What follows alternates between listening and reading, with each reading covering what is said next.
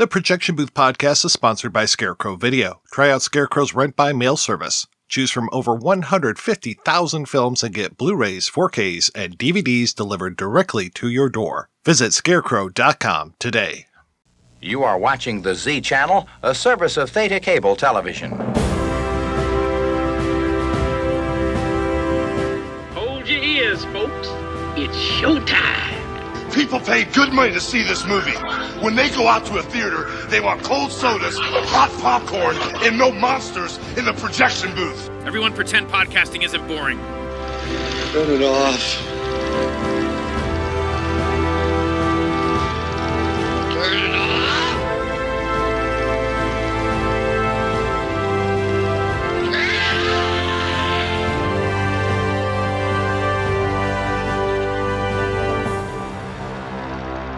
The first Kurosawa film I think I ever saw was Throne of Blood on the Z Channel. Fellini film, I Vitellone. There was a picture called Spider's Stratagem. Sam Peckinpah, Wild Bunch. The Straw Dogs, Bring Me the Head of Alfredo Garcia. The Story of Adele H. City Lights. Rear Window. Midnight Cowboy. Ikuru. Song remains the same. Johnny Guitar. The Onion Field. Los Olvidados. Man Who Fell to Earth. Every film that Marlon Brando was ever in.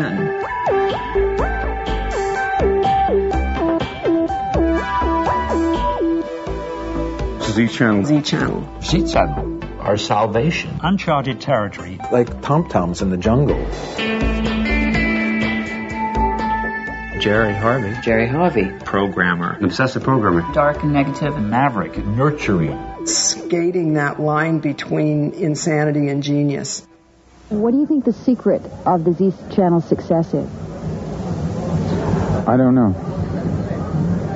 If I told you, then it wouldn't be a secret. My father says there's only right and wrong, good and evil, nothing in between. It isn't that simple, is it? No, it isn't. It should be, but it isn't.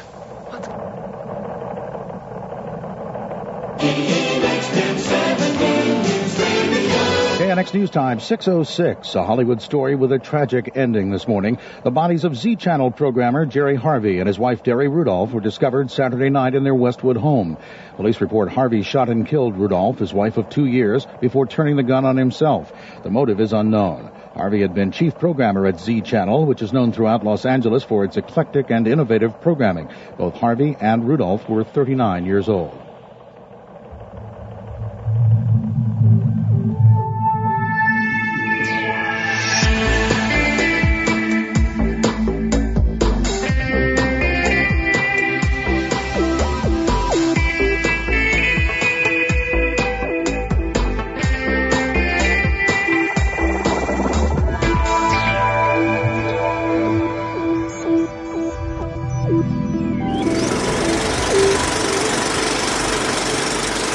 Welcome to the Projection Booth. I'm your host, Mike White. Joining me once again is Mr. Josh Hadley. Been a while, but yes, I am here. I am still alive. I'm still in college and still useless. Also back in the booth is Mr. Adam Long. It's been an even longer while, but hey, I'm glad to be invited back, and I'm excited to talk about this film. What can I tell you? We're starting off the new year with a Patreon request from Projection Booth listener Andrew Hendrickson as we talk about the 2004 documentary from Xan Cassavetes, Z Channel, A Magnificent Obsession. The film looks at the titular pay TV channel, its inception, its impact and demise, and an ambitious 2-hour work. Moreover, it looks at the channel, not necessarily founder, but the main programmer, Jerry Harvey, and his rise and fall and very depressing end. We will be spoiling this documentary. I guess you can spoil documentaries. We're going to spoil it as much as we possibly can. So if you haven't seen Z Channel, it's really worth your while. Go check it out. We will still be here when you come back. Adam, when was the first time you saw Z Channel, A Magnificent Obsession, and what did you think? I saw it originally when it, I believe, was on the IFC channel in 2006, and I liked it a lot. I mean, it really hit me in all the right places. But it was 10 years later, I was out in L.A. and just visiting friends, basically. And just so happened they were having a Cassavetes film festival thing or whatever over at Tarantino's theater, the New Beverly. And this film was included on the Saturday night midnight screening. Tarantino likes to brag, everything's always on film. And so it was supposedly the only 35 millimeter print of the film in existence. So I saw it in that way. And leading up to this, I write for this publication I've been writing for. It's an alt weekly I've been writing for 15 years. And the movies that I was seeing at that time were really depressing me. And I was thinking maybe I'm falling out of love with my love affair with movies has been there since I was 4 years old. And I thought, man, I'm just really not feeling it. And I sat down and watched this in that theater with this, I think it was sold out at midnight in November 2016. And my spirits were lifted. It was just an elated feeling seeing these clips on the big screen. And I thought, it's not me, it's the movies that we're seeing now. That's the problem. And so this film was I know that's a long-winded way to tell the story, but it just lifted me to a better place. And when I walked out, I mean, even though it's a sad story, it just really made me feel so positive when I came out, just the love of film. So anyway, and I'll shut up for now. So, and Josh, how about yourself? I also saw it when it first aired on IFC. I had not thought about Z Channel when I saw the documentary for decades. I had read about it, here and there in magazines, and I saw this documentary, and I'm like, it kind of reignited my, you know what? You got to remember, this is pre-streaming era. We really need a channel like this again. Because, Turner Classic Movies pretended to kind of be Z-ish, if you will, but they were never going to show From Beyond. They were never going to show Forbidden World. They were never going to show some of the weirdo shit that Z Channel showed. And I was started to think we really needed a channel like this again. And so I saw it on TV. I saw it on IFC. Now, I think TCM has shown a lot of those weirdo titles. I don't know if they specifically have shown the ones that you talked about, but especially that midnight movie series that they had at 12 o'clock on Saturdays, they definitely have shown some really fucked up shit, which is great. And I absolutely love it. That was called TCM Underground before Discovery bought Warner Brothers, and then they tried to kill Turner Classic Movies. And one of the things they did kill was TCM Underground, unfortunately. So it was there for a little while, and then it wasn't. So my history with this movie is I just watched it last week for the first time. I had played around with seeing this for a long time, but never did. I don't know what kept me away. It might be somebody that we've already mentioned in this podcast, Quentin Tarantino, because he is so fucking obnoxious in this documentary. There was a period of time where you couldn't turn on a documentary. I mean, it could be on ice fishing, and Tarantino would be in a documentary. It just seemed like that was his career for the longest time, was just being in documentaries. And it's really a shame because I've got friends who have tried to get him in documentaries and didn't show up for those. I don't know what it is. Like if you just hit him on the right day, give him the right bag of weed, what it is that he's going to show up for. But holy shit. Not counting Tarantino, this was a very delightful documentary. And yeah, super sad, super depressing. I kind of knew, they do the whole, we're going to start at the end and go back to the beginning kind of thing. Very, very typical documentary structure when it comes to this movie. But I was there for it, especially when it came to just the idea of these director's cuts. We'll talk about this as we go along, and just how Jerry Harvey was so into digging out very rare films. And if anybody knows anything about me, they know how much I love rare films and trying to unearth things that people aren't able to see normally and trying to make those much more public. And I think I would have loved to have had a Z channel in my life. I did have, and I think they mentioned On TV. On TV will now be presenting its optional programming. Immediately following the adults-only option, On TV will resume its regular program schedule. This is On TV, subscription television. Chicago. I did have On TV when I was younger. That was my very first foray into pay television, though I don't necessarily remember all of the titles. I only really remember watching Star Wars when you could pay an extra premium and watch Star Wars through on TV. I don't remember that much more of the programming. I remember more of once we got into cable and HBO, who seems to be kind of the nemesis. They're the enemy when it comes to this, which is funny because right now as we're recording this, we're going through all of these bidding wars for different movie companies, and we're just making the conglomeration even bigger. And yeah, pretty much putting anything that's programmed like this and seems to have a real love of film. It feels like film is so subsequent to commerce. It just is all about the money right now, and the entertainment / art of it be damned. Z Channel seemed to really embrace the art as well as the trash, all the good stuff. I would like to add that Z also, and I mean this in a pretty positive way, they were sort of a film snob channel. Because I've looked through a lot of their old listings, they didn't do exploitation very much. Like it's very rare to find them showing a slasher movie, even at the height of slashers. They wouldn't show a lot of drive-in stuff. You weren't going to see the Great Smoky Roadblock here. So I'll push back a little bit on the trash angle because they really kind of tried to elevate themselves to a film snobbery sort of channel. And that was both a turn on and a turn off for a lot of people. Yeah, I will say I'm not that familiar with the channel itself. I'm mostly going by some of those guides that they would show. So yes, they would show things like Chinatown, and I guess they showed Chinatown a lot, but I know they also showed The Black Bird, which I would consider absolute trash. A friend of mine was asking me, I ran this documentary to watch it again in preparation for the program that we're recording.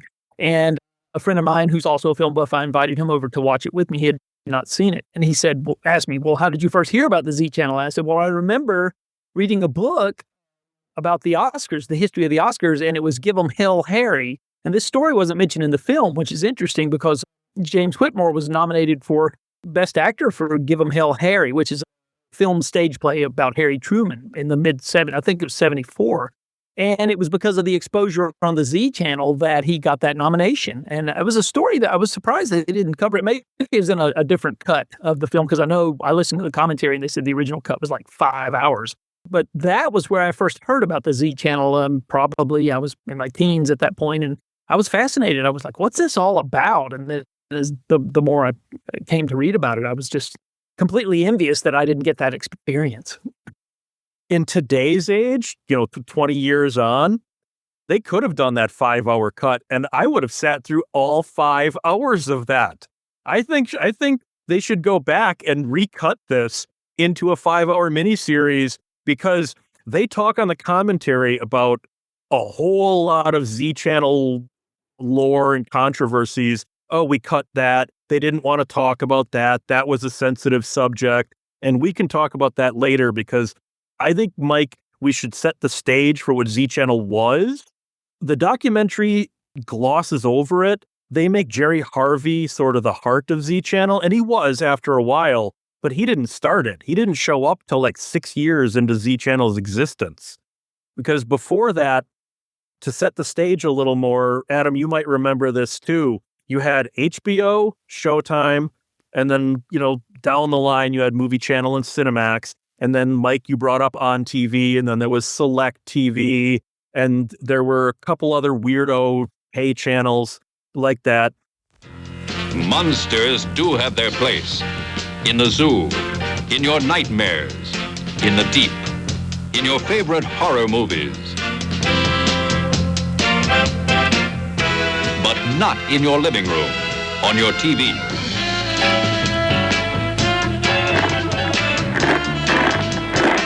Don't let pay TV be the monster in your living room. Pay TV and cable TV companies are seeking the right to charge you for the very programs you now get free. If you want to stop pay TV and save free television, sign the petition in the lobby of this theater. Let your lawmakers know how you feel in the fight against pay TV and cable TV. And Z was the only one that had real balls in their programming, because between On and Select and HBO and Showtime, they were all showing the same basic movies. I mean, yes, you had exclusives here and there, but they were showing the basic stuff. You were never going to see 1900 on HBO.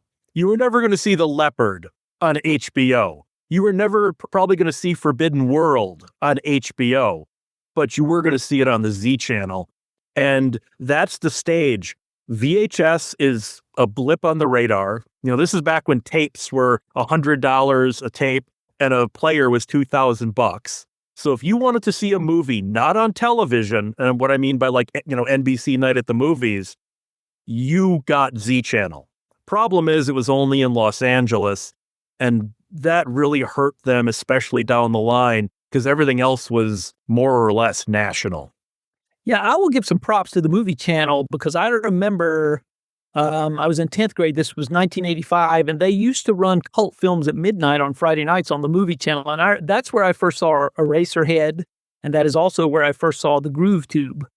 So I know that they were doing something, but that was about the closest that we could get to what you're talking about cult films or off the mainstream path.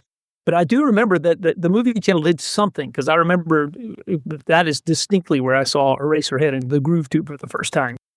I think that was drive-in theater. Even before Joe Bob Briggs took over drive-in theater, it existed long before him.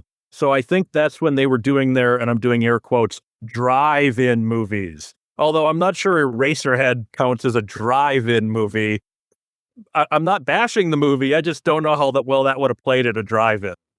You probably know this, Josh, and I'm so glad that you're on the show this episode. Max Headroom. Was Max Headroom on the movie channel? I swear I watched Max Headroom late at night. Not the TV show. Cinemax. Okay. Max Headroom was a co-product, because, the original Max Headroom in England, that was a co-production with HBO. HBO owned Cinemax, obviously. And it was, we will give you half the money to make the initial 60-minute pilot for the UK as long as we can air it over here on Cinemax. And then that version added some music videos to get it to feature length. And then they spun the talk show that I think you're thinking of and the music video show. That was spun off of HBO's involvement in the original 20 Minutes into the Future movie. So you're in the right era, wrong channel. That's also around the same time I remember either Cinemax or the movie channel or one of those showing Forbidden Zone. And that was my first exposure to the Forbidden Zone, was watching it late night cable. And as a probably 13, 14-year-old, I mean, that movie just warped my mind. The era we're talking about here, Z Channel is a unique little entity. They're an island of, I'll just say, thoughtfulness in an era of mainstream pap. And now, that's not to say they didn't show mainstream movies either. They showed Rocky. They showed Empire Strikes Back. They showed Jaws. They showed The Exorcist. Because when you have so many people that look back at it, they're like, oh, that was that artsy fartsy channel, right? It's like, well, yes and no. But they had a big audience of, I'll steal a line from the president of National Lampoon, well-to-do nobodies. Because they being in LA and LA only, they were kind of talking to the film industry and the people who surrounded the film industry. And they didn't really get out of that until the bootleg era, which is where I started to see them. I remember with On TV, it started at 8 o'clock at night and they ran it for, 5 hours or something like that. It was not a 24/7 channel like HBO, any of those other things where you were paying for cable. I can't even remember the original cable company that we were dealing with way back when. But when it comes to Z Channel, was that 24/7 or was that another only at night thing? I'm not sure if it started as 24/7, but by the late 70s, it was a 24/7 channel. But even HBO wasn't at first. I've got an old promo for HBO in like 76 or 77. Now, 24 hours a day.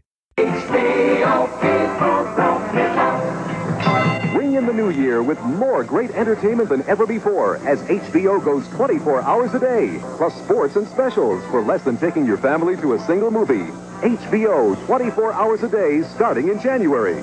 To install HBO in your home, call 674-9100. Wait, so what was it before that? 6, 8? Do you just show 2 movies a night or something? Josh, you shared some stuff with us as far as like a lot of, there's like I don't even know how many hour video of Mick Garris interviewing directors. It sounds like he's interviewing them before they show a movie, right? Is that what that program was? Yeah, they had for their fantasy film festival is what they called it. And that's where the horror, sci-fi, and even vaguely defined fantasy films would go. And they would have on guests. And I think in a weird way, who they could get forced some of their programming. Because before, like, they had Roger Corman on there, they had never showed a Roger Corman movie on Z Channel before. So I think it was, well, Roger's willing to come on. Well, we'll show Piranha, I guess, because Roger's coming on. They had the Fantasy Film Festival was a big deal. And I shared with you guys a whole lot of what rare programming I can find. So much of this, because it was in such a relatively niche market and at the early end of VCRs, so much of their promos and their bumpers and their interviews and their host segments just aren't out there anymore. I want to put out a call. If anybody has old Z Channel programming that's not already on YouTube, contact Mike to get in contact with me. I'd love to create an archive of this stuff. Because I think I sent you guys 9 hours, like a giant 9-hour block of all that stuff. And that's all I can find. And for a channel that lasted like 15 years, that's pathetic. There should be a lot more than that. Not to ruin the movie, it sounds like once the sports programming came in, according to the commentary, and we'll talk about the commentary, once the sports programming came in, they started taping over the old tapes, because I will admit that as someone who sounds like I was working in like an industry kind of proto to what you're working in, Adam, like commercial insertion on a cable channel, basically. Those 3/4-inch tapes, they're not cheap, and we would recycle those things as much as we possibly could until the quality just degraded.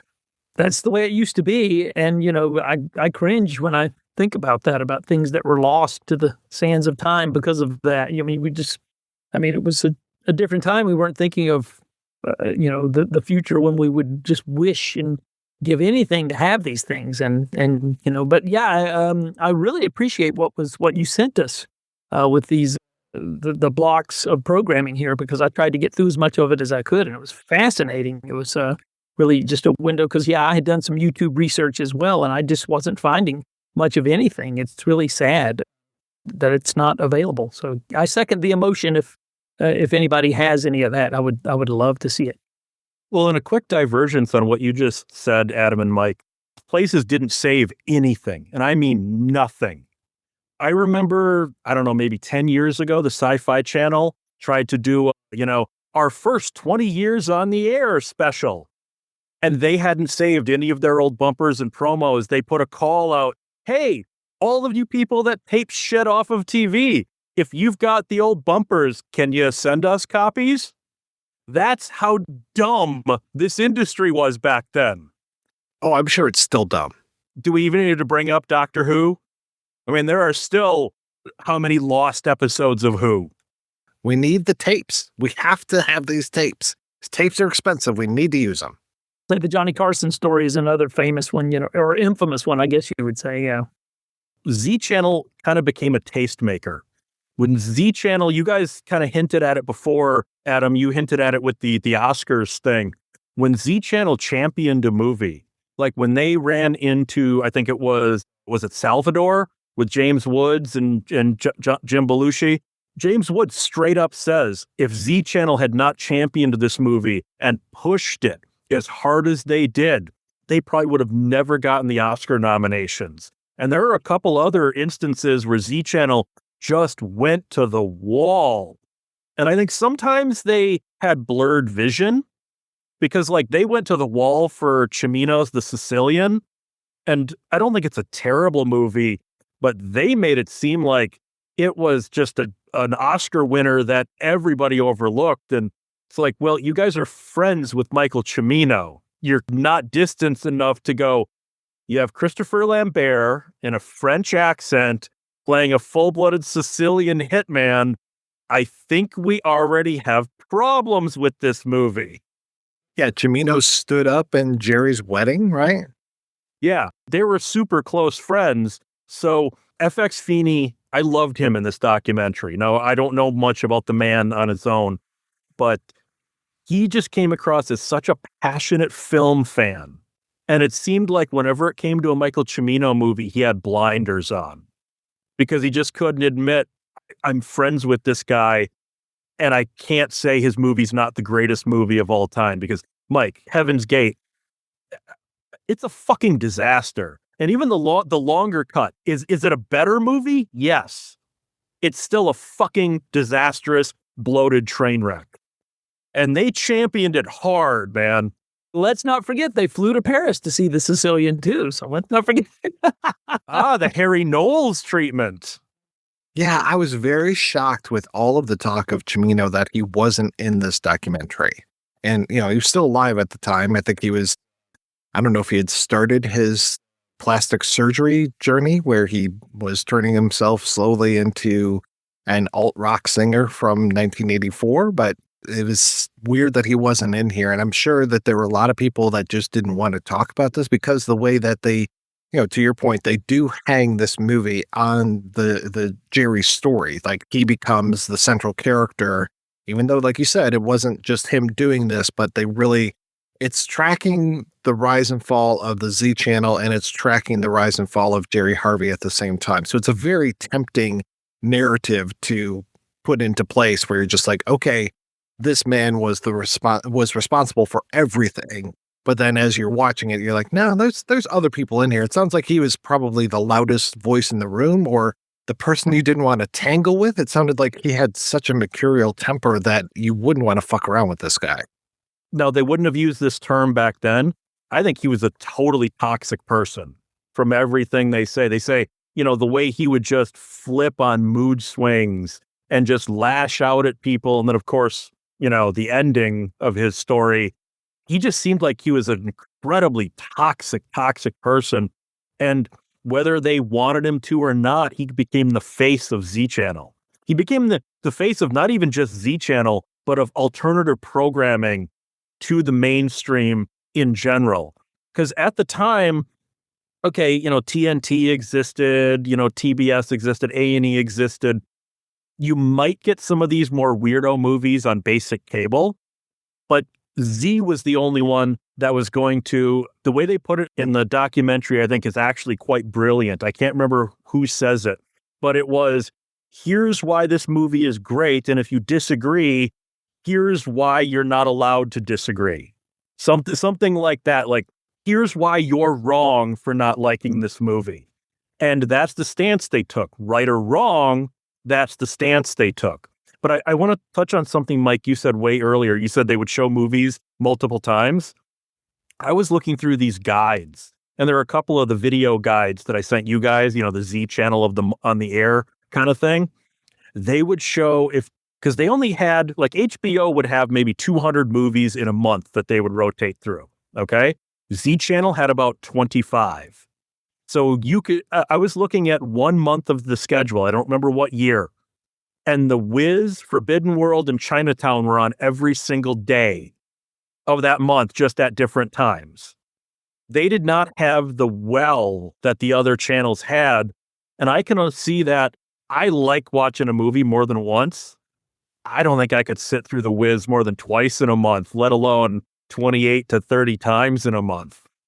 True, though, I used to watch a lot of shit on those cable channels. Thank goodness when we had cable, once it finally got in, I think my parents sported the whole thing of like all 4 of the movie channels that we've mentioned before, HBO, Showtime, Cinemax, and the movie channel.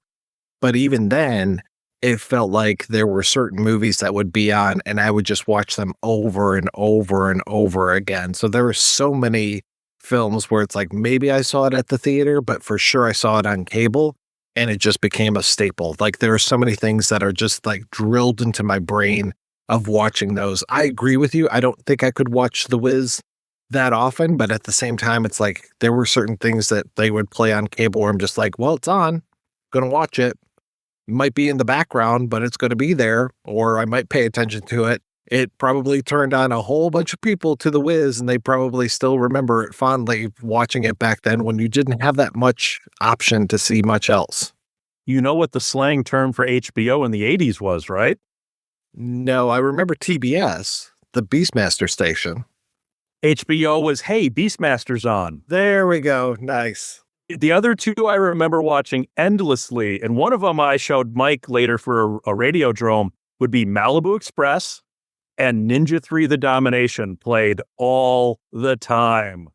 Now, Ninja 3, Mike, I could watch that 30 times in a month. Well, and I could watch Beastmaster so many times. I know I did. The Cannonball Run was the one for me. That just seemed to turn up all the time. And I probably watched it about every time it was on. So it's like, I can't. It's an indefensible movie, but it still puts a smile on my face to this day. If I'm in a terrible mood, the Cannonball Run's going to snap me out of it, even though I admit it's indefensible. I'm going to die on this fence. I like the Cannonball Run 2 better. It's more fun. And Mike will probably no longer talk to me. Now, why would I have a problem with that? I know I definitely saw that many, many, many times. Now, that's the one with Jackie Chan was in both of them, right? But then in the second one, it was with him and Richard Kiel. Yep, that's the one where they have the James Bond car. Okay, yeah. So yeah, I definitely love that one. And I think you are probably right. I think it's a more favorite. I can't say it's better, but it's more favorite than the other one. But for me, it's really Dino and Sammy and them playing priests. Because if I had enough time, I would take those rosary bleeds and stuff them up your nose. These bleeds? Those bleeds, yeah. You're gonna take these and shove them up? I'd take these bleeds here. That's the classic for me. Those fucking end credits, man. And Burt Reynolds slapping the shit out of Tom DeLuise every time he starts laughing. That's the gold right there. Actually, my favorite is when he gets the hay in his mouth. How do horses live on this shit? We should swing back to Z Channel. We should talk about the fact that the documentary, while being very good, and like I said, I would sit through, another 3 hours of it. At least the version we got is a lot out. A lot of people who just were tangentially, either they heard stuff or they watched it, or you find an old LA Times article or something. And they even do kind of bring this up in the commentary track a little bit, that there was just things that didn't seem as important and they kind of glossed over. But the Z Channel was, I think, a lot more tumultuous, and they seem to always be on the verge of going out of business. Even when you get to the later stuff where money is a big problem, they always seem like they're on the verge of going out of business. Me not having any knowledge of the Z Channel, I wouldn't know that.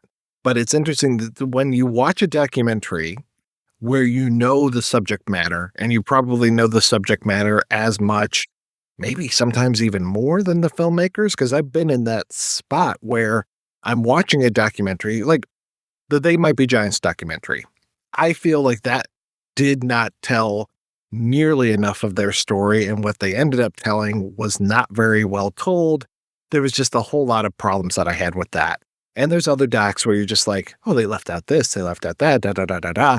I watched this one, I'm like, I have no idea. So this 2-hour and 2-minute documentary, it seems jam-packed with as much information as they could possibly get into the memory banks.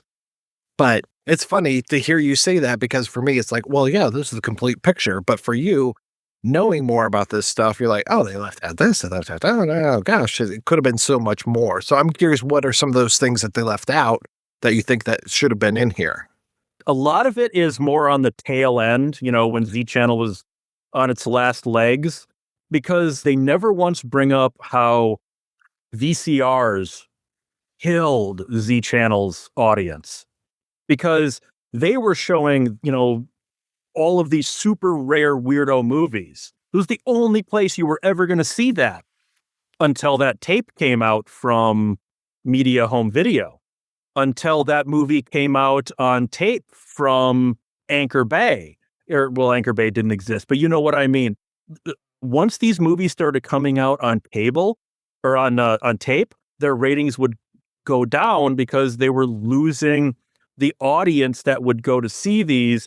And they did get into a little bit of trouble, not to the degree the American Triple Ecstasy channel got into, but sort of like that. Are either of you familiar with the American Triple Ecstasy channel? Because we should take a little diversion into that. I can't say that I am, actually. It was a short-lived, it lasted less than 2 years. It was a hardcore porn pay channel where they would show 2 hardcore porn movies a night. Mike, I sent you the promo in like 1986 or 87 or whatever it was, for only $389 a year. You could get 2 uncut porno movies a night. I'm Ginger from American Ecstasy. When you see a scrambled picture on this channel, don't worry. We'll be testing the uncensored American Triple Ecstasy every night at 10 p.m. Eastern. It's so hot, we have to scramble. You can descramble the channel with the American Triple Ecstasy Descrambler box. $399 includes everything you'll need for the first year. The second year is only $120, guaranteed. Members of American Ecstasy can use their 20% discount and pay only $319. These are the original versions, no editing. When we start officially, that's when your first year begins. You will not be billed for the Triple X testing period. I don't know how reasonable that was, but the thing that killed them was some kids whose parents subscribed to American Triple Ecstasy started taping the movies and then selling copies at their middle school. And when they got caught, guess who got blamed? The channel, for not having more parental locks. Not the parents, the channel. And so Z Channel kind of had a small controversy around that same sort of thing. Now, Z Channel didn't show hardcore porn. They had a softcore series called the Night Owl series, which was their most popular series because 80s and guys and porn. So, but they would have like the just this side of hardcore, European films and all that. And some assholes started taping those and selling them on the bootleg market, which also started to cut into Z Channel. Why do I need to pay for Z Channel if I can just buy the tape of Emmanuel 19, Emmanuel blows up the movies or whatever? So VCRs were a huge bane to Z Channel and keeping their viewership, as was, they bring it up in the documentary, the magazine. The magazine, which I do want to say, if you guys listening or you two here, you guys need to buy the DVD of Z Channel: A Magnificent Obsession, because the book there comes with a 17-page booklet reprinting reviews for all of the movies that they show clips from in the movie, exactly as how they appeared, at the same fonts and everything. So if nothing else, buy the DVD to get the booklet. I do have it. It's great. Yes. They left out other things because you'll notice they would jump from like a year to then like an event 3 years later in Z's timeline. And they were, Mike, you brought up earlier, they had a nemesis in HBO. HBO, it eventually escalated into lawsuits, but initially it was just little bits of infighting because HBO would try to poach some of their programming. HBO would poach some of their people. And there was Jerry Harvey in interviews never, I don't think, said the word HBO, but he would talk about competitors and he would basically attack them for, how much money they waste and bad practices and things he's heard.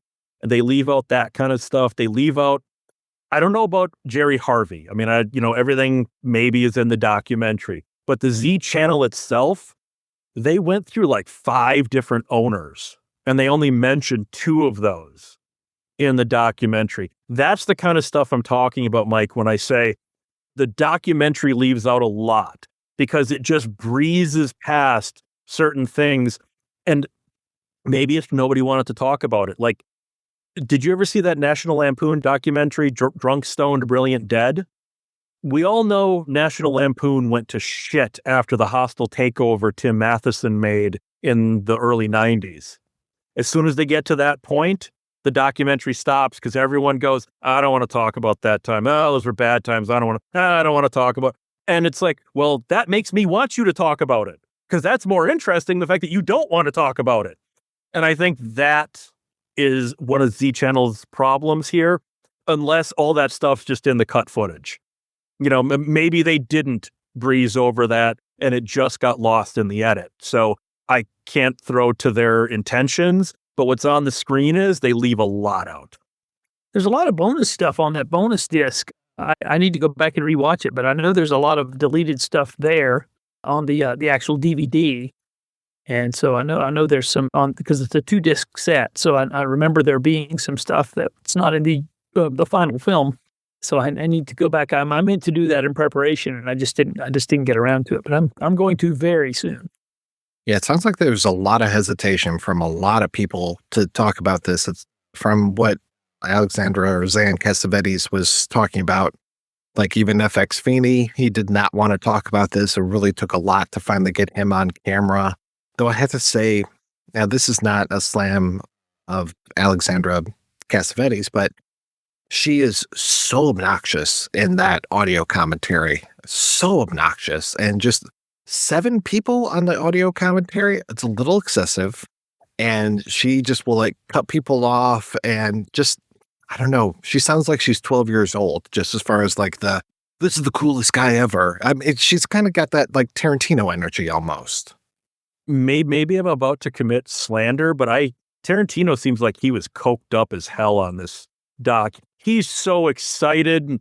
You look at his eyes, how animated he is. There's no way he's not coked up. It's like, did you guys see Eli Roth on Joe Bob Briggs' show a couple of years ago? His eyes are darting everywhere. He's talking like a mile a minute, and this is what I'm talking about the movie. Like, it's like, oh, dude, you just did a major bump before they went on the air. Tarantino was definitely doing a lot of coke, him and P.T. Anderson. There's that famous story of them not necessarily physically torturing Fiona Apple, but just mentally torturing her with them being assholes basically all night. Though I know she was not an innocent, little flower, because talking with, who is the one that did the John Holmes documentary? It was that Cass Pally, and he was just like talking about how incredibly drugged P.T. Anderson and she was, and just what an awful experience that was for him trying to put up with Paul Thomas Anderson.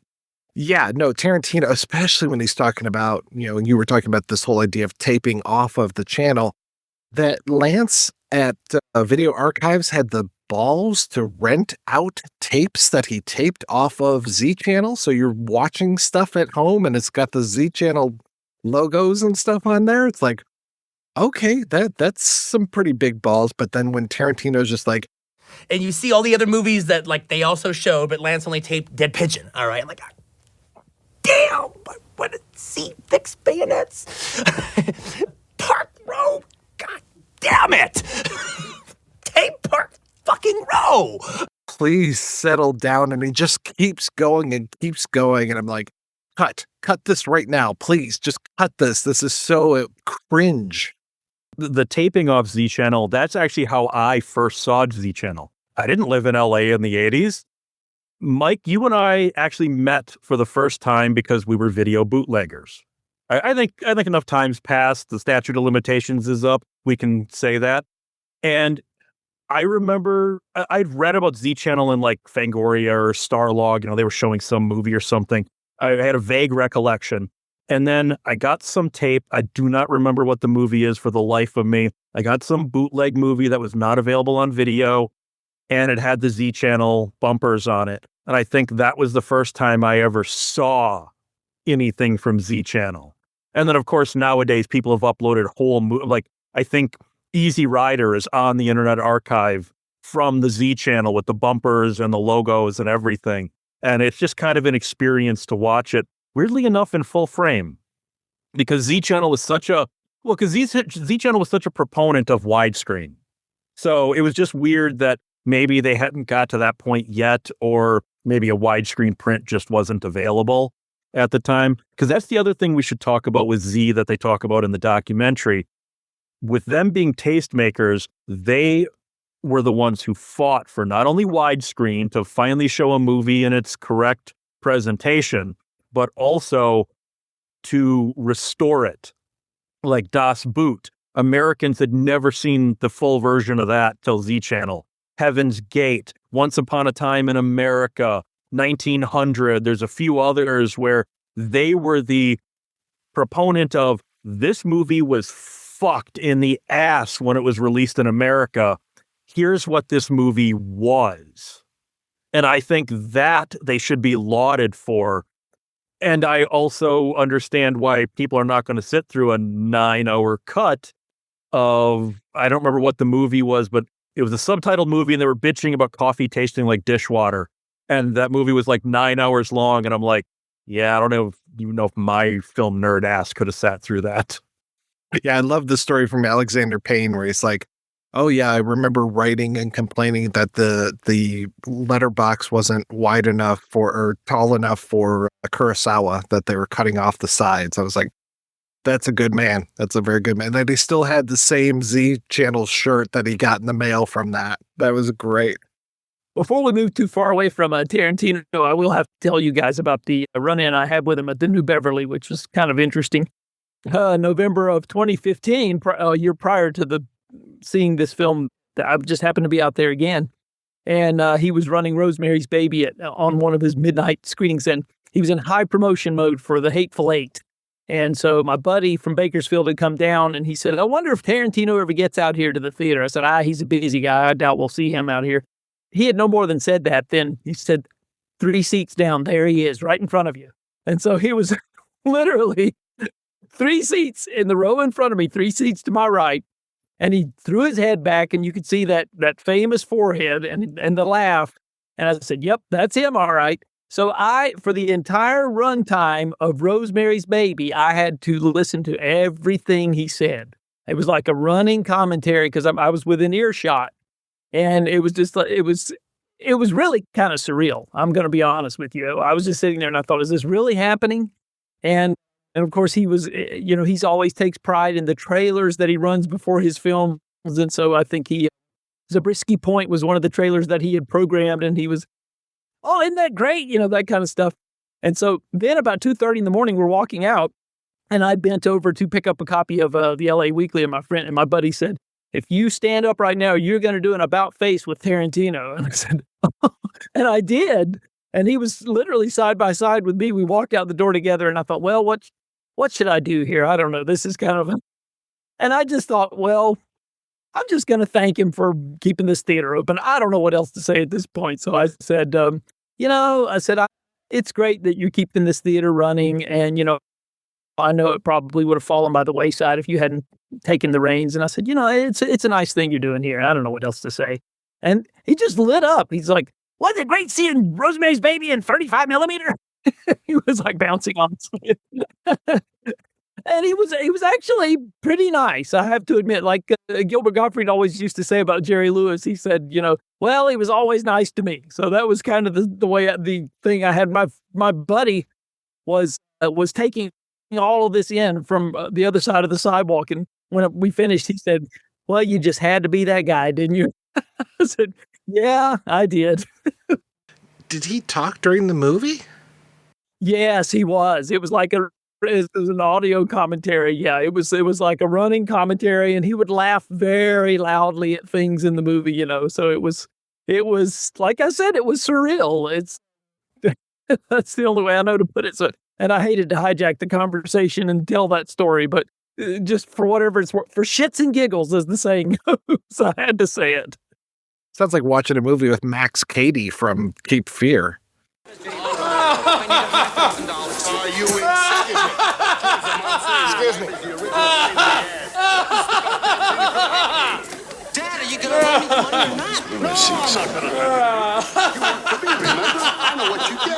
You're a damn credit risk. All right, just get the hell out of here, huh? I got a goddamn... Looking for something superior to streaming? A place with more than 5 times the selection available on all the streaming services combined? Check out Scarecrow Video's Rent by Mail service. Select from an unparalleled collection of over 150,000 films and get Blu-rays, 4Ks, and DVDs delivered directly to your door. Get in on it now at scarecrow.com and rediscover the wonders of physical media.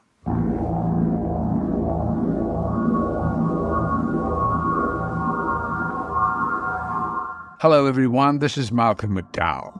I just want to say that this is a request to listeners of the Projection Booth podcast to become patrons of the show via patreon.com, patreon.com/projection booth. That's pretty simple. I think you can do that. It's a great show, and Mike, he provides hours of great entertainment. So now it's time to give back, my little droogies. Settle down and take a listen and have a sip of the old Moloko. And then you'll be ready for a little of the old in-out, real horror show. Bye-bye. I'm Chris Cooling from Forgotten TV, and you're listening to The Projection Booth, the ultimate movie podcast. We should talk about Jerry Harvey and his impact on the channel and what happened after. Because they do point it out in the documentary, when Jerry Harvey eventually got so toxic that he murdered his wife and then killed himself, that obviously put a giant stain on Z Channel. And I don't think this was intentional, but coincidental. The Z Channel hit a major financial roadblock right after Jerry Harvey killed himself, when we had the late 87, early 88 stock market crash. I don't remember exactly when it happened, but their investors who were about to take Z national to really compete with HBO, the floor fell out from these guys with the stock market crash. While a lot of people, when you look at retrospectives, they say Z died with Jerry, and while in spirit it might have, it still struggled on for another year to a year and a half before, Z ended it not with a bang, but with a whimper. And there's the added irony that both Adam and I saw this on IFC, and that IFC paid for this documentary, and the same thing happened to them. They started adding commercials. They started adding mainstream movies. They started going downhill, and now IFC is barely even a brand anymore. But we should also talk about the commercials, because after that disaster of the money, they started taking on sports programming, local LA sports programming. And that brought them into a lawsuit from the FCC, because according to pay cable restrictions, you cannot have advertising. And they said, well, we don't have advertising except during the baseball and basketball games, which have commercials. And they said, well, you can't be a pay cable channel and carry commercials. And I think Z died before that ever went to actual court and got resolved. But that was also another giant shot that took some meat out of Z Channel. Was, we need the sports to stay alive, but we also can't survive as a pay cable channel with the sports. And the sports were also another bane. The people who were tuning in for the Dodgers did not care about the Kurosawa film that came before it. The people who were watching the weird French movies that are subtitled are not going to watch the LA Heat basketball games that came after it. So you were trying to please two masters and not pleasing either one. And I just think it was a Band-Aid over a bullet wound. And I think it actually made them bleed even harder.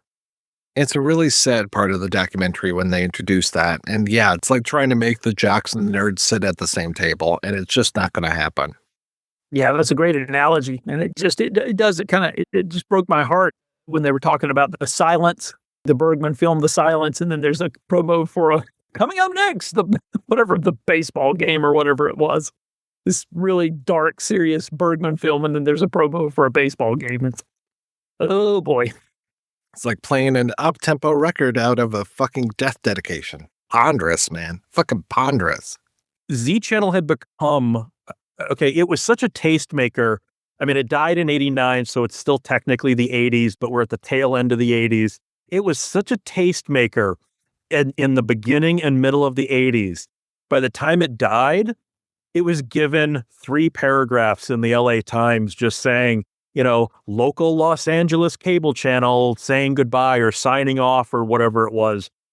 I hate to say this, but they lived past their relevance.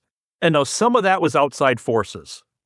Okay, some of that was things they could not have helped. Even the Jerry Harvey murder-suicide, was something they couldn't have seen coming.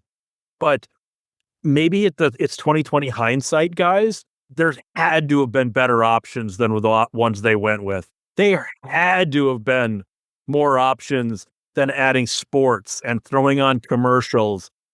Maybe we just don't have the full picture, but I don't think it was as bad as they seem to think it was, because they massively overcorrected in the wrong direction. I think about channels like AMC back in the day when AMC was the TCM of cable channels. They would have whole mornings of, we're going to show a Buster Keaton festival, and it would go on all morning. And you had, who was it? It wasn't Robert Osborne. Was it Robert Osborne on that one? I know he's on Turner Classic, but he might have started on AMC. I don't remember for... The name I was trying to think of was Bob Dorian. Listen to this. This is the tape I found downstairs. Let me clear something up. A lot of people think that Boris Karloff played Frankenstein, and that's not right. Karloff's character didn't have a name in that film. He was only referred to as the monster. It has been a number of years since I began excavating the ruins of Kandar with a group of my colleagues. Now my wife and I have retreated to a small cabin in the solitude of these mountains. Having him on there as like your Ben Mankiewicz, as it were, just like introducing everything. And yeah, that was great. And then, they started to add commercials. Then they weren't showing uncensored films, because I remember watching Straight Time on there. And there's a scene where Dustin Hoffman makes Emmett Walsh take off his pants while they're on a freeway. And I remember the film got closer, like you kind of zoomed in so that you didn't see what was underneath his, below the waist kind of thing. And I was just like, that's really screwy. What's going on?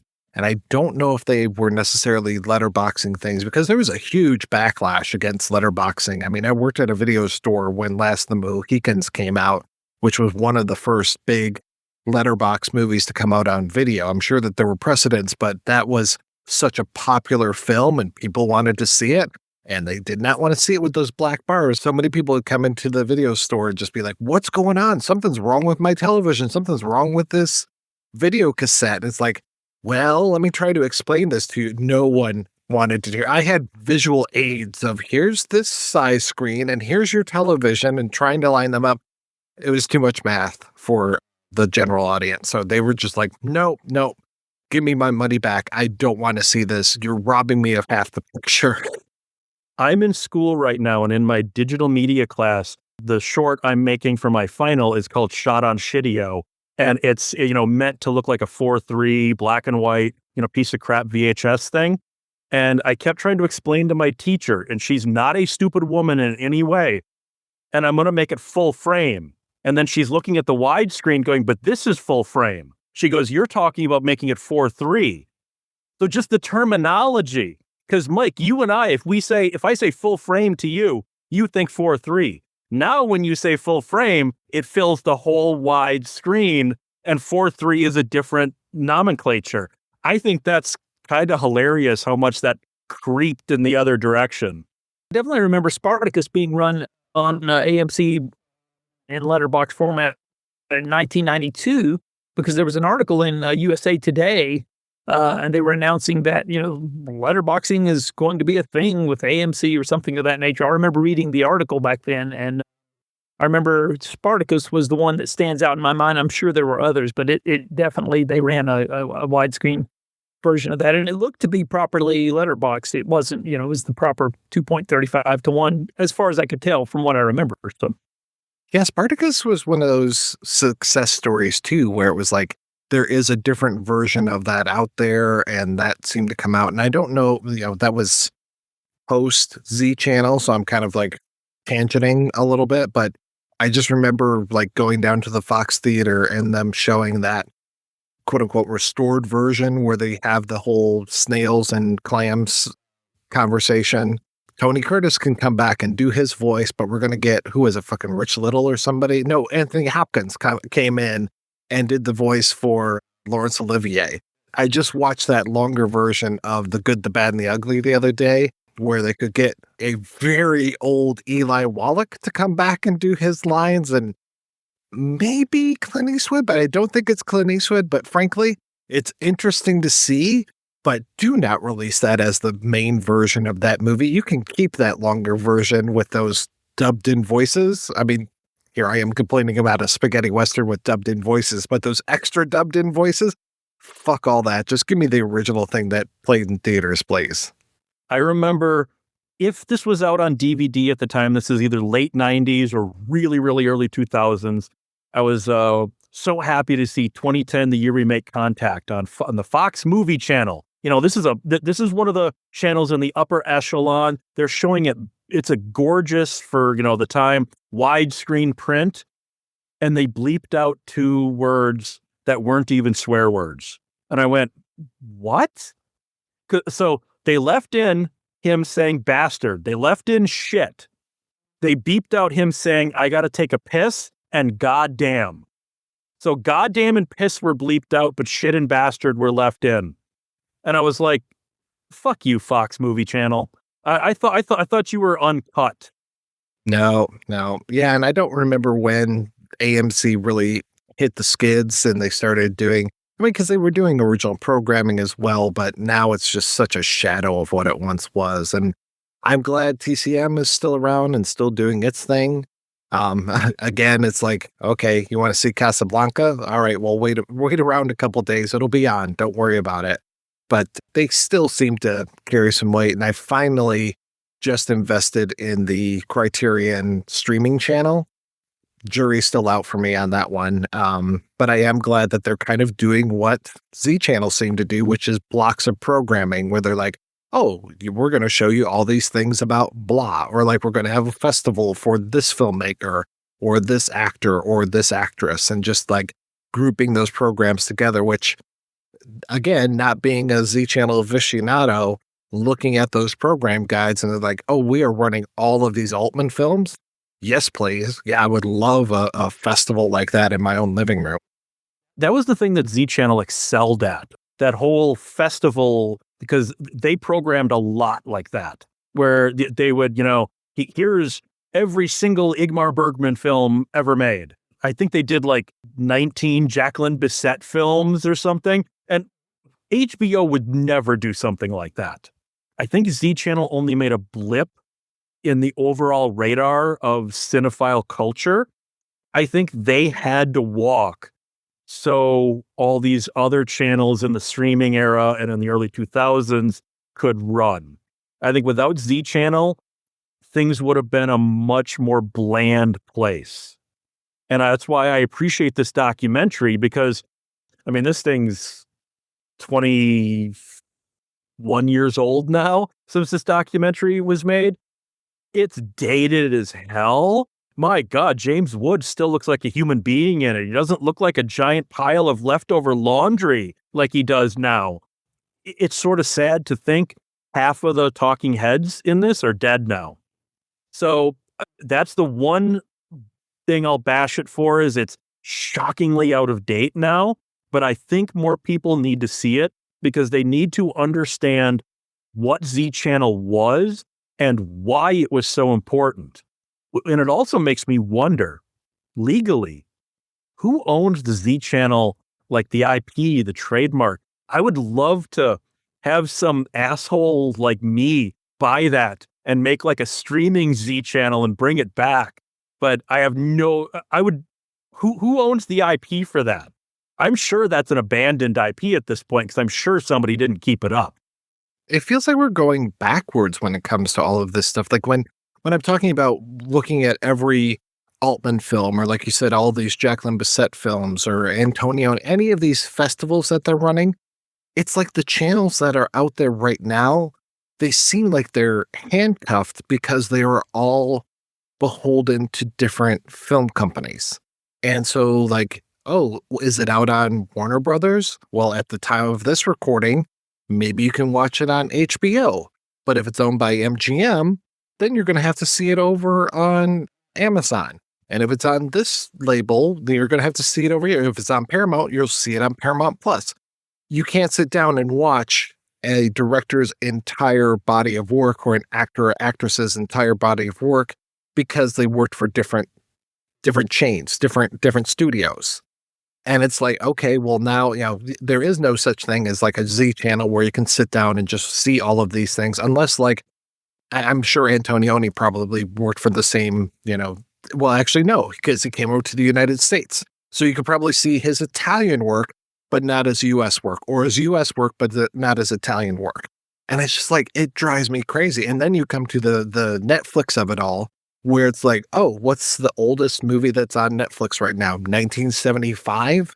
It's like, oh yeah, good. I'm glad that there were no movies that were ever made before 1975. Like, you were so limited because they're like, well, we're not going to pay for the rights for these things because nobody's going to watch them. So why would we have them on our channel? This stuff drives me crazy. Sometimes a filmmaker pisses me off when they claim certain movies are not part of their filmography. I think it was the BFI, I might be wrong on the place, but somebody did like an Oliver Stone retrospective. It said, a career in pictures. And it starts with Salvador because he doesn't consider The Hand or Seizure to be real movies of his. James Cameron says, no, The Terminator was my first movie. No, it wasn't. So that pisses me off right there when like Z Channel would program The Hand and Seizure in an Oliver Stone retrospective, whether Oliver liked it or not. But the other thing, a couple of years ago, my girlfriend wanted to watch all the Hellraiser movies again. I think at that point there were only 9. And we looked it up. We had to get like 5 different streaming services to get them all. Just to your point, Mike, it was like, I just said, screw this. I'll just go to, Cinemageddon or something like that. I'll just pirate these. Streaming was supposed to make things easier, not harder. So I just pirated all the Hellraiser movies because fuck you, Dimension. Yeah, I mean, that's kind of where we're at. And, Disney, when they bought out 20th Century Fox, they basically, it's evident that they bought it just to get all of the IP that they could use to continue Predator or continue the Star Wars or whatever.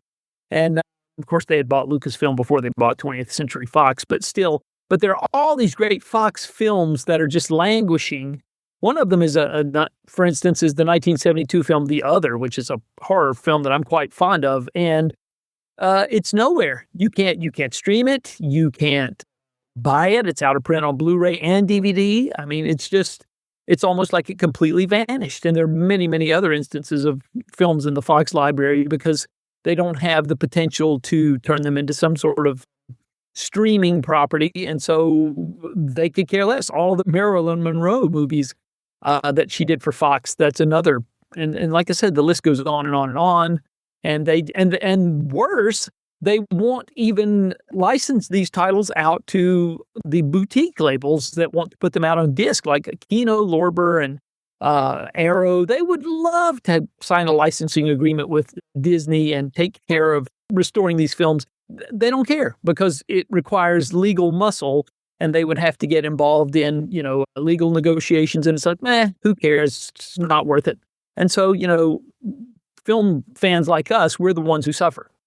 There are certain Fox movies, Disney's just, I don't know if ashamed is the right word, but that they don't want anything to do with anymore, like Fight Club.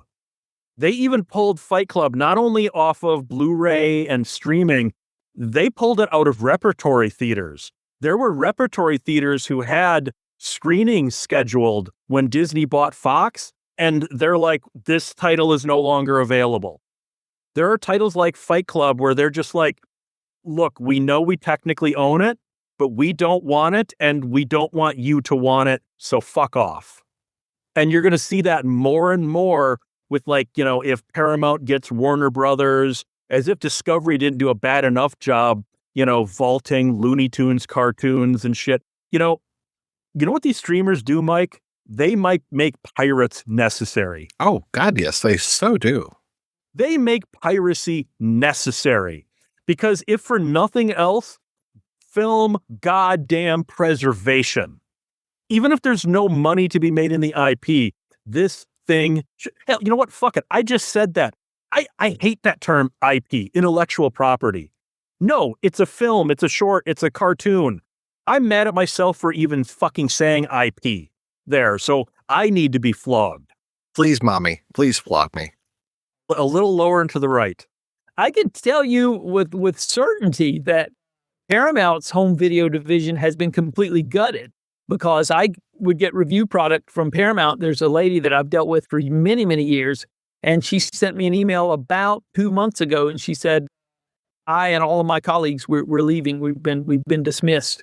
So essentially, when the Ellison crew came in and took over Paramount, they gutted the entire home video division. So that we don't even know if they're going to be sub-licensing their titles to Kino or Arrow or any of these other places because they don't have anybody to do I think they have some restoration people there, but they don't have anybody to actually put the discs or the packaging, any of the artwork, any of that. All that's gone.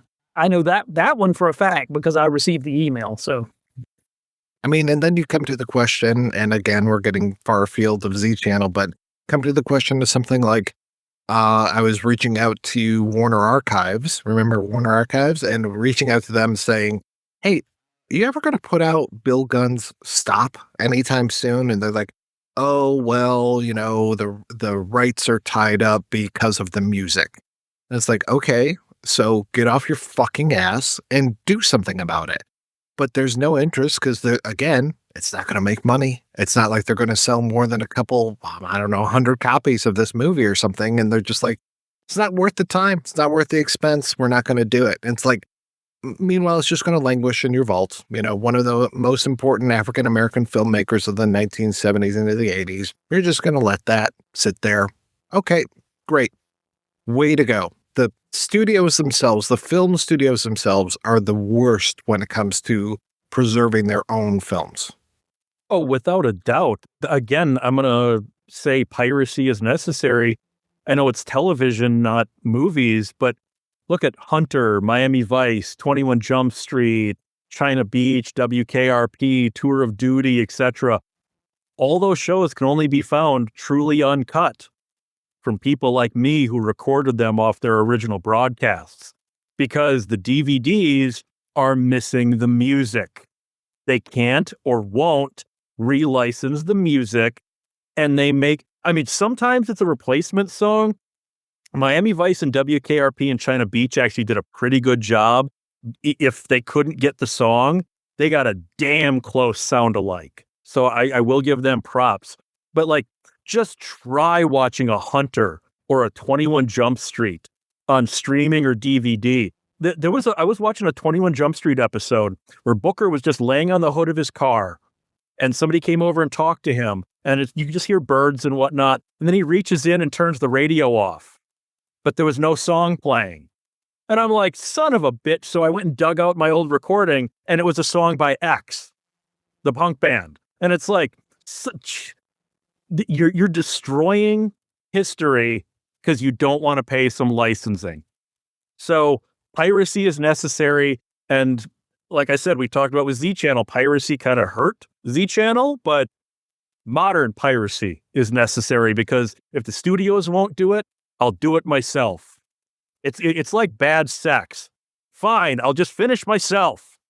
Where you get those great things like that new Mad Men where you can see the guy operating the vomit machine. It's like, how did you let this out? And people are just like, well, thank God I still have this on the old DVDs because this new Blu-ray set looks like shit. And you can see the fucking crew members. It's like, where's the quality control, people?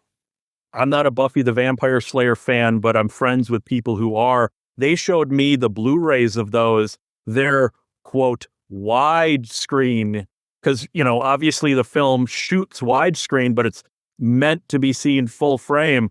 You constantly see crew members, lighting setups, C-stands, bounce cards, the mic, the boom mic guy. You see so much crew on the Blu-rays. I don't know how somebody said, fuck it, just put it out.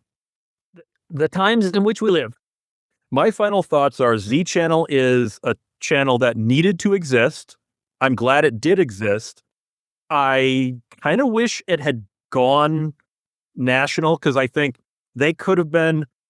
I don't think Z Channel would have been successful if it had gone national, even with sports programming, because you're not going to get people turning in for Bergman films the same way you're going to get people turning in for Schwarzenegger films on Showtime and HBO. But I still think it could have been a tastemaker and a bigger player, but it had three things happen in rapid succession: Jerry Harvey's murder-suicide, the stock market crash and the floor falling out, and then the lawsuit over adding sports and commercials. It was just inevitable to die. I don't think it needed to die, but we're looking back at history, and not what they were maybe thinking at the time was, we just got to stop the bleeding for another month. Maybe that was their whole mindset, and they weren't looking at what the future might be. So Z Channel needed to exist. This documentary needed to exist. And if the filmmakers ever hear this, you need to put out that 5-hour cut, because you have at least 3 people who will buy it on Blu-ray. Z Channel is a part of cinephile history that better not be forgotten. I forget who it is in the documentary who says something about, you don't know when you're living through a golden age. And I just can't remember who said that, but I remember that quote being very, very meaningful to me, because I think that pretty well sums it up, because you don't. And I think about all the great films that I was alive for. I was born in 1970, so I've been there for a lot of the great cultural cornerstones that we know.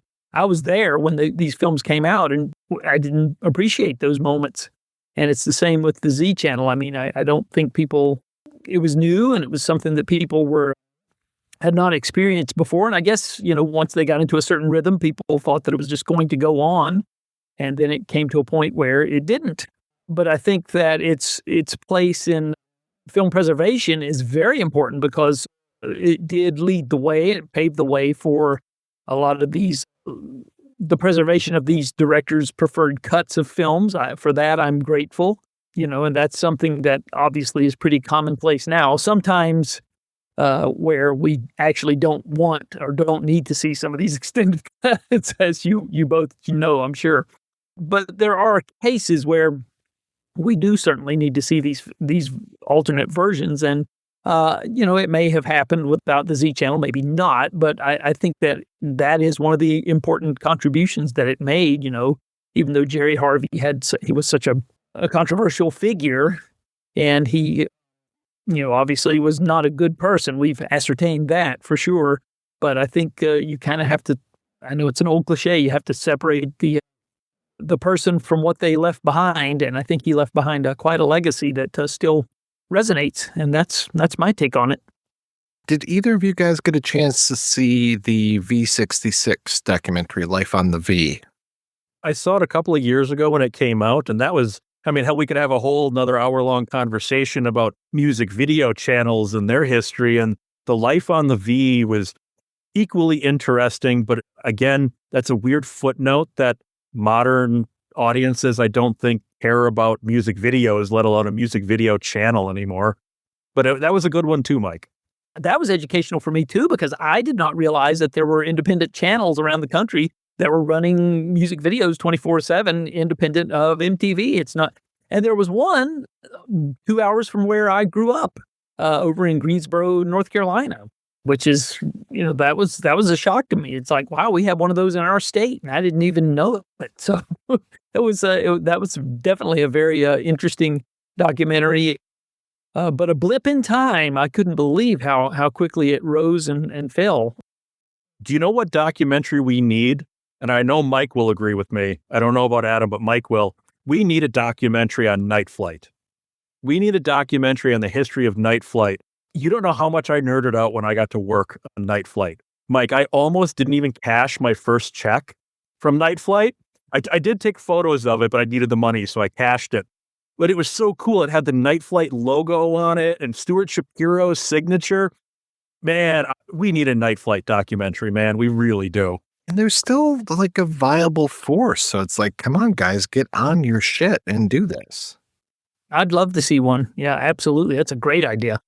Well, I'd love to see a really good Joe Bob Briggs documentary as well. You know, you mentioned his show and how he's kind of moved around from different channels and everything, but it's still on top. And one of the best film critics that I can think of, his book is books, but they're so good, so well written. And I love what he says about things. But yeah, going back to the Life on the V, if folks are interested, I would highly recommend checking that documentary out because it's almost a good companion piece to Z Channel because it's limited market. Here you're talking about Boston. Here you're talking about a very particular channel, how HBO was trying to eat Z Channel's lunch. You've got MTV, kind of the up-and-comer when it comes to the V Channel as well, like happening around the same time. The story of the VJs, the story of what was going on with the channel. Luckily, doesn't end in tragedy, though there is the downfall, but the founder or main voice of the whole thing is still very much with us and pretty entertaining still, though those clips of him are freaking priceless back in the day. So yeah, I really would recommend checking out Life on the V as well. Completely unrelated, the History of Rock and Roll Comics documentary, that's another one that's got a very tragic ending to it, but is a really interesting thing and has a lot of talking heads you might not have expected for a documentary on rock and roll comics. When you say rock and roll comics, are you talking about a comic book? Because I have no idea what you're talking about. There was a comic book in the late 80s that ran through the early 90s called Rock and Roll Comics that was unauthorized biographies of heavy metal and rock and roll bands. And it was intensely controversial. And they also sold a metric fuck ton of copies. And they got sued constantly by the Guns N' Roses and the New Kids on the Block. And Alice Cooper actually thought their issue on him was such trash. He said, I fucking love it. If you ever do another one, let me help write it. Ice-T loved his. He said, I'll let you do it as long as I get to pick the artist and stuff. So, but that also ends in tragedy because I'll spoil it.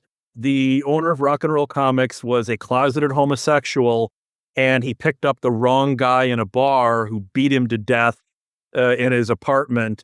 And they don't prove it, but they think he might have been one of the first victims of Andrew Cunanan because Andrew Cunanan was in the area at the time and picking up closeted gay men. So they think he might be a victim of Andrew Cunanan before he went on to kill, was it Versace?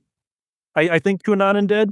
So yeah, the Rock and Roll Comics documentary is very enlightening as well. But that one also, so many of these end in tragedy. By the way, apropos of nothing, while I was watching this Z Channel documentary, every time Alexander Payne would come on screen, I was thinking, wow, that's young Neil Gaiman. I do want that Z Channel t-shirt. I do want to say to anyone who listens to this, if you've got a vintage Z Channel t-shirt, I want that. I want a Z Channel t-shirt. I'm sure you can find one out on TeePublic or something. I want a vintage one. I want a real Z Channel t-shirt from the 80s. With a certificate of authentication signed by Jerry Harvey?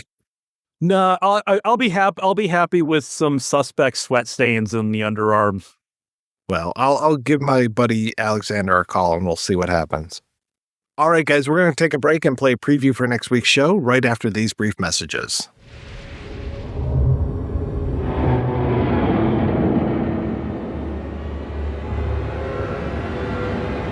If you make yourself more than just a man,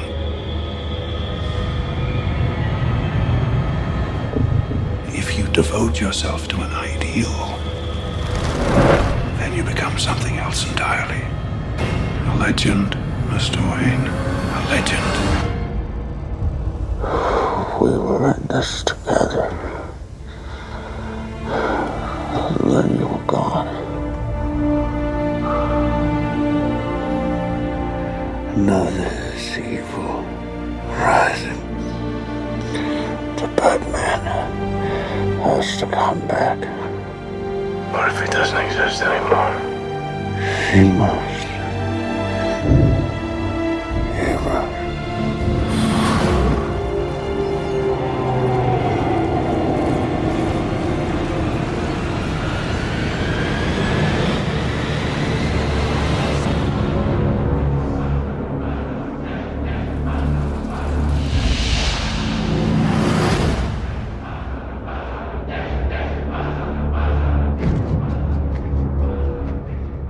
That's right. We'll be back next week with a look at a very obscure sequel to a movie that didn't really do a whole lot when it came out. It's called The Dark Knight Rises. Until then, I want to thank my co-hosts Josh and Adam. So, Adam, what's the latest with you, sir? Well, you can catch me every week in all those places where you get your podcast. Adam's Corner, it's a weekly, it's basically interviews with people who have created things that I'm interested in. I was joking about it earlier. It's an exercise in narcissism, but if you dig some of the things that I dig, then you might enjoy it. And I have a YouTube channel. I do a rundown once a month where I talk about all the 4K and Blu-ray releases, physical media stuff on my podcast. And so there's a YouTube channel also. It's also Adam's Corner, where you can actually see the discs I'm talking about. Those are little short videos. It's kind of just like an addition to the podcast. And the paper that I write for is Focus Newspaper. You can find them at focusnewspaper.com. In my area, they are actually still published. And I do a weekly column where I run down the latest theatrical releases, streaming releases, and disc releases. So that's what keeps me busy when I'm not programming commercials for the Spectrum News channels by day. And Josh, how about yourself? You still running 12 different podcasts? I went back to college a few years ago, so I now have an associate's degree in digital media, a bachelor's degree in communications, and I'm going for a bachelor's in film, and then I'm going to go for a master's in film studies after that, because I've decided at my age, I need to be the guy that annoys the teacher who knows more than they do in college courses. Other than that, I'm completely destitute, and I recently wrote an article on all of Richard Stanley's unmade movies for Space Monsters Issue 2. He's got a lot of movies he never got to make. But other than that, like I said, I'm destitute and just trying to survive week to week and being the oldest college student amongst a whole bunch of 20-somethings who constantly look down and wear headphones through class. Hey, maybe you can straighten out my lung, fellow. You know what? I almost want to make a Paper Chase reference, but then nobody would get what the Paper Chase is. Incidentally, another 20th Century Fox title that's not available anywhere. Of course it's not. The film I'm talking about, of course. Well, thank you so much, guys, for being on the show. Thanks to everybody for listening. Do you want to support physical media and get great movies in the mail? Head over to scarecrow.com and try Scarecrow Video's incredible rent-by-mail service, the largest publicly accessible collection in the world. You'll find films there entirely unavailable elsewhere. Get what you want when you want it, without the scrolling. And yes, they have Z Channel, a magnificent obsession. If you want to hear more of me shooting off my mouth, check out some of the other shows that I work on. They are all available at weirdingwaymedia.com. Thanks especially to our Patreon community. If you want to join the community, visit patreon.com/projectionbooth. Every donation we get helps the projection booth take over the world.